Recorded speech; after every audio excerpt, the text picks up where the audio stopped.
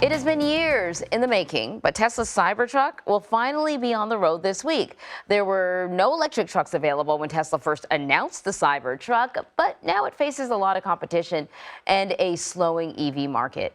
Andrew Hawkins joins me now to talk more about this. He is the transportation editor at The Verge. So when we say like the Cybertrucks being rolled out now, I mean, it's really just a handful of trucks, but it's better than what it was before, which was, it's been zero. It's been delayed for a while, and so finally we're getting to see it. But, you know, in 2019, this was a real kind of novel concept. No one thought an electric vehicle could be a truck, could haul heavy stuff. It was sort of like an SUV/truck. But can you remind us about kind of the splashy, but also somewhat disappointing launch of the Cybertruck? Yeah, sure. So it was back in 2019. Lots happened since then, but Elon Musk came out and he unveiled what he said was supposed to be a dystopian electric vehicle that was meant to be ripped right out of like the movie Blade Runner. And it certainly seemed to kind of fit that description. It was very angular. It was very shiny because it was made of stainless steel. It was unlike anything else that was out there. And then nothing happened for a very long time. Production was supposed to start in 2021, but obviously a lot sort of conspired to delay that production and those deadlines. And now we're finally starting to see production kickstart, and customers are starting to receive the very first Cybertrucks that are rolling off the assembly line. And it looks much the same way that it did 4 years ago. There have been a few differences. It's a lot more expensive than it was originally when it was announced in 2019, and has a little bit less range, but it certainly still fits that dystopian post-apocalyptic vibe that Musk is going for. Right, and you're right. At the time, I think it's like $20,000 more expensive than it was when it was originally announced. And at the time, Tesla kind of allowed people to put a really low down payment on if they wanted to kind of reserve a truck. So a lot of people did that. But you glossed over, I think, the most memorable moment. Wasn't it supposed to have unbreakable glass?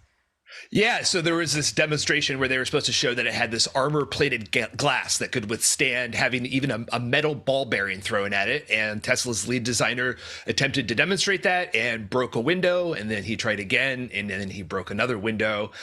So that was a little embarrassing for them at the time.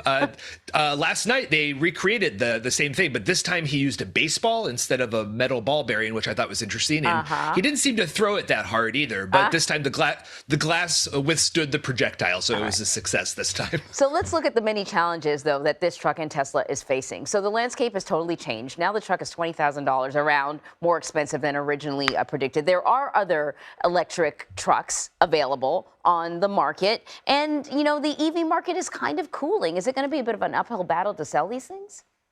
Yeah, so I wrote a story earlier this week on The Verge that I think kind of sketched out what I thought was how Tesla kind of missed its moment here. It made a mark when it came out 4 years ago, but now it's a much different landscape than it was, and the company is a much different company than it was 4 years ago. It's dealing with a loss of market share. It's slashed prices over the last 12 months or so, and now its own vehicles that it has available are much less expensive than they were.